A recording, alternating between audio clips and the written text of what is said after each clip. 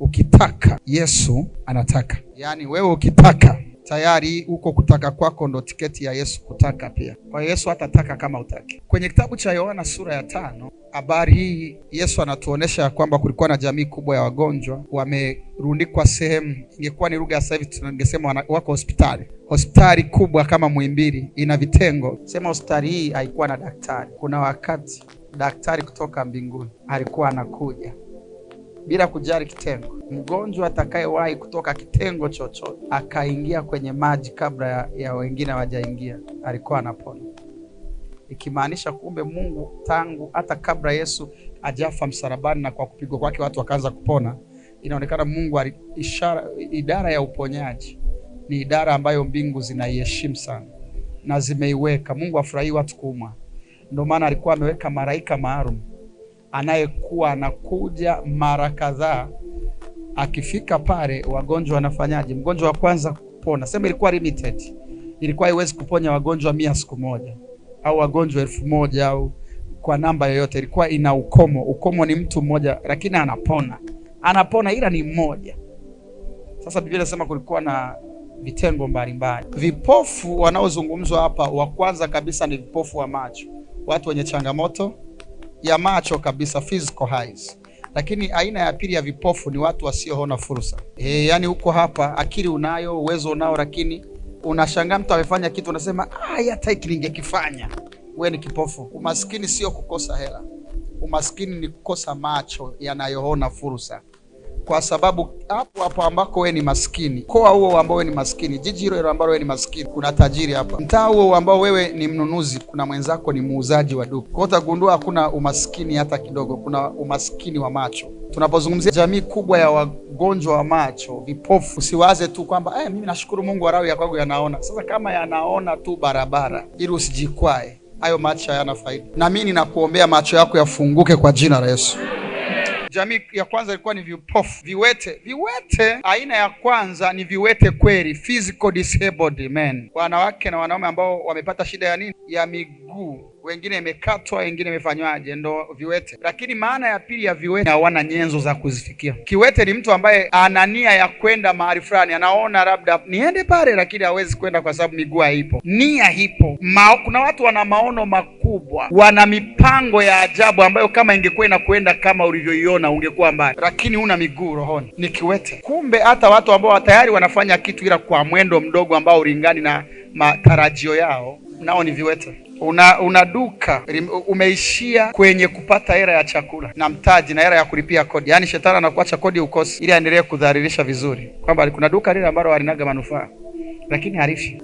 Kundi la tatu, waliopooza. Hawa ndo kabisa bora hata viwete. Waliopooza maana yake ni watu ambao milango mitano ya fahamu ni mizima, ila hakuna chochote ambacho anaweza akajifanyia. Hivi mtu aliyepooza unamfahamu? Mtu aliyepooza anatamani kusimama lakini miguu haina ushirikiano. Anatamani kukaa lakini kiuno hakina nguvu. Anatamani siji nikuelezeje. Umewahi kuona mtu aliyepooza? Wangapi umewahi kuona mtu aliyepooza? Kila kitu mnamfanyia. Maana yake ndo hao watu ambao kama wewe kila kitu ni wa kusaidiwa. Yaani moja kati ya njia ya kuvunja roho ya kupooza ni kuweka malengo. Hata kama una kidogo na unatafuta ambaye ana kidogo zaidi unampa yeye. Moja kati ya vitu ambavyo viko kwenye hospitali ya Yohana 5 ninavipenda, hao watu wakubali kufa na shida zao. Moja kati ya vitu vinamvuta Yesu kuja eneo la tukio ni akigundua mhusika hataki kukaa na hiyo hali. Ila kama wewe umeridhika unasema mimi ndio ugonjwa wangu, yani pressure yangu hii ninayo tangu 90. Yaani mimi matatizo yangu ya miguu yana miaka kama 10, yani nimeshazoea. Yaani mpaka kutembea kumeshageuka hivi, natembeaga hivi. Yaani ndio kawaida tu, tunamngoja Bwana, duniani tunayo ziki. Yaani ukishafika hapo ukaridhika, hautatoka. Hakuna aliyeridhika anayepaswa kutoka. Watu pekee ambao Mungu atawasaidia, kundi la kwanza ni wanaolia. Kutoka sura ya 3, Mungu alimwambia Musa, kilio cha watu wangu kimefanyaje? Kwa sababu kama uone hata kisima kilipo, uwezi ukaona malaika akiwa amekuja. Lakini bado jamaa yako pale, haya jamaa yana imani ya kutokufa na hiyo shida. Watu wengi ninyi hamna ung'ang'anizi wa hivyo, ndio maana mnakaa na matatizo. Mimi nimepima mara 2 zote nina HIV, naonekana tu Mungu ameshanikatia tamaa. Nikaombea mara ya kwanza ikabaki. Inaonekana Mungu ndiye alivyoamua sasa. Una akili mbovu. Kipofu haoni malaika akija, lakini hatoki kisimani. Wewe mara moja tu umeshakata tamaa. Unaanza biashara, ikifa mara moja mara mbili unasema sina mkono wa biashara. Sina mkono wa biashara, una mkono wa kula tu. Sababu kama unadai wewe una akili ya biashara, mbona una akili ya kukopa?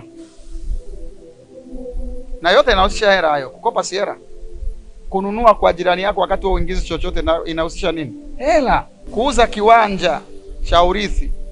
Hizo akili mbovu ulizonazo za kuuza kiwanja chako ili ubakie kwenye kupanga tu. Wewe akili zako ni za uharibifu tu.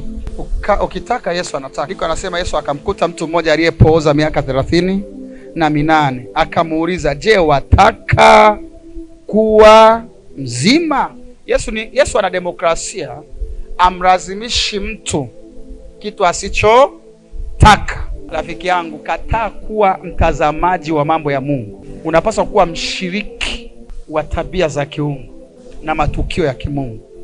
Ushahidi ya kwamba Mungu yuko mahali ni vitu vikianza kutokea. Ukiona muujiza wa mtu mwingine, na wewe uhitaji hata mkono, Bwana, kama huyu anavyopona na ninaona anatembea, ninaona anafunguliwa, Bwana, nguvu hiyo ya Roho Mtakatifu iliyoko hapa iende kwenye jambo fulani. Ndio watu wenye akili tunavyofanya. Unapaswa kuwa na uwezo wa kujua kwamba wewe kama roho hauna time limit, hauna ukomo wa muda. Muda upo kwenye mwili. Miaka 5 mbele haiko mbele. Huku duniani ndo mbele, ila rohoni muda wote ni sasa. Ndio maana Maria akasema wakati uliokubarika sasa. Kwa miaka 5 unaweza ukaenda miaka 5. Yaani unaweza ukaomba sasa hivi, na kuomba ndo njia ya kwenda mbele au nyuma. Kuomba unaweza ukaenda mbele au nyuma.